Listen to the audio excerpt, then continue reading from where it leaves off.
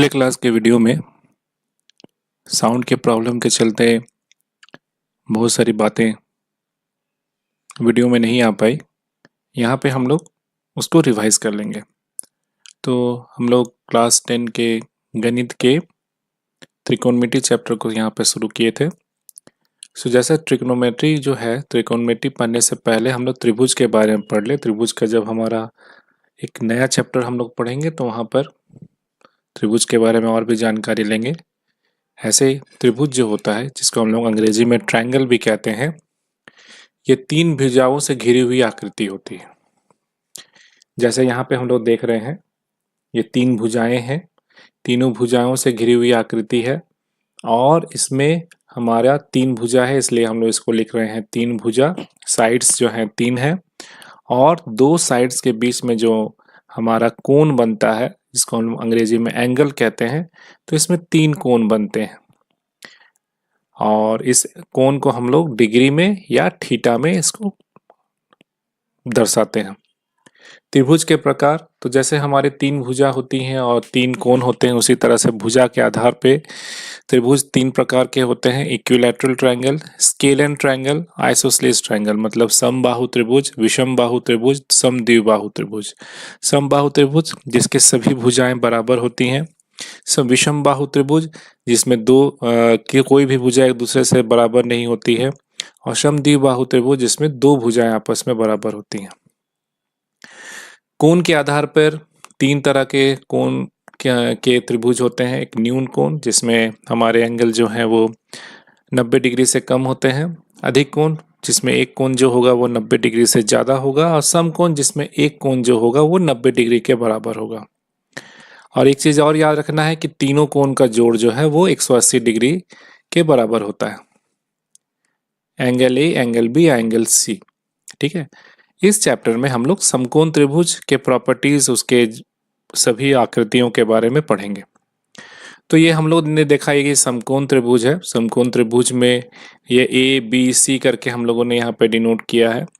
A B C में अगर हम लोग देखें तो बी जो है वो 90 डिग्री का एंगल बना रहा है और यहाँ पे 90 डिग्री के सामने वाले को हम लोग कहते हैं हाइपोटेन्यूज, हिंदी में इसको कर्ण कहते हैं और स्मॉल एच से इसको डिनोट करते हैं। ये हमेशा किसी भी समकोण त्रिभुज में फिक्स होता है, मतलब इसका वैल्यू बदलता नहीं है, क्योंकि 90 डिग्री के सामने वाला जो होता है वो हमेशा ही हाइपोटेन्यूज होगा। बाकी रह गया 2 भुजा, इसको हम लोग एंगल के हिसाब से बदलते हैं।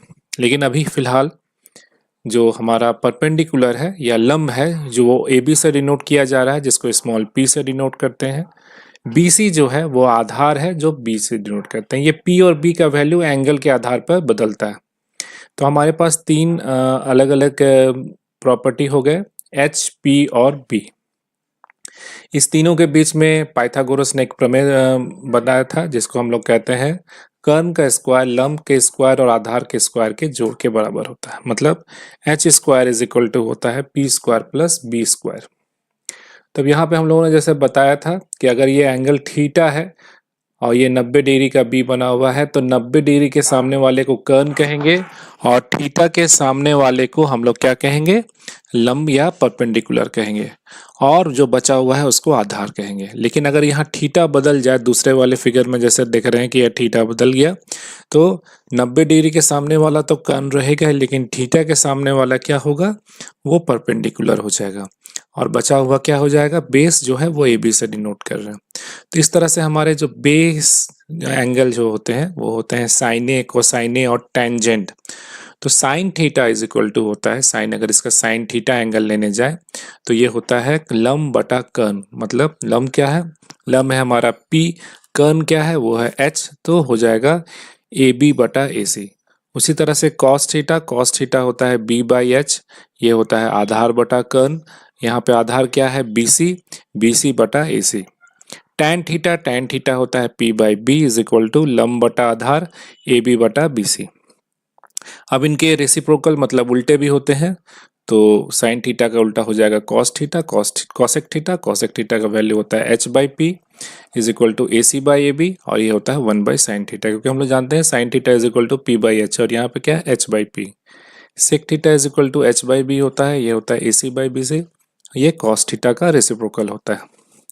Cot theta is equal to B C by A B, ये होता है बी बाई बी बराबर 1 या tan थीटा का उल्टा। अब ये दोनों का गुना करेंगे तो p बाई एच और ये h बाई पी, ये दोनों कट जाएगा। तो यहाँ से हमारा प्रॉपर्टी आ रहा है साइन थीटा गुना cosec theta is equal to, sine theta होता है हमारा p बाई एच और कॉसेक थीटा होता है h बाई पी, दोनों कट जाएंगे 1। तो यहाँ पे हो जाएगा कॉस थीटा सेक थीटा, ये भी 1 होता है, tan थीटा कॉट थीटा ये भी 1 होता है, मतलब ये दोनों को गुना करेंगे तो 1 आएगा। तीसरा प्रॉपर्टी अगर हम लोग लिखने जाए तो tan theta is equal to होता है sine theta by cos theta. कैसे होता है? तो साइन थीटा का वैल्यू होता है p by H, cos theta का वैल्यू होता है b बाई एच, ये b बाई एच ऊपर जाएगा तो h बाई बी हो जाएगा, h और h कट जाएगा तो बचेगा p बाई बी। तो इस तरह से p बाई बी किसके बराबर होता है? tan theta. इसका मतलब हम लोग लिख सकते हैं tan theta is equal to sine theta by cos theta. उसी तरह से cot theta is equal to होता है cos theta by sine theta. तो कॉस थीटा इसका वैल्यू होता है p बाई एच, ये होता है p बाई एच, तो यहाँ से ऊपर ये जाएगा तो b बाई एच और h कट जाएगा, सो ये बचेगा b बाई पी, और b बाई पी किसके बराबर होता है? p बाई पी जो है हमारा कॉट थीटा के बराबर होता है, इसलिए ये यहाँ पे ये होगा। उस तरह से चौथा नंबर प्रॉपर्टी अगर देखें तो sine square theta plus cos square theta is equal to 1 होता है, sec square theta minus tan square theta is equal to 1 होता है, और cosec square theta minus cot square theta is equal to 1 होता है। सिर्फ इसी में हमारा प्लस का वैल्यू है, बाकी दोनों में हमारा क्या है? माइनस का वैल्यू है। तो अगर एक एक करके प्रूफ करने जाए तो L H S is equal to होता है, यहाँ पे एल एच एस मतलब लेफ्ट हैंड साइड में हमारा क्या है? मतलब बराबर के लेफ्ट हैंड साइड में जो वैल्यू होता है उसको एल एच एस कहते हैं, और राइट हैंड साइड में जो वैल्यू होता है राइट साइड में उसको आर एच एस कहते हैं। तो एल एच एस में हमारा दिया हुआ है sine square theta plus cos square theta.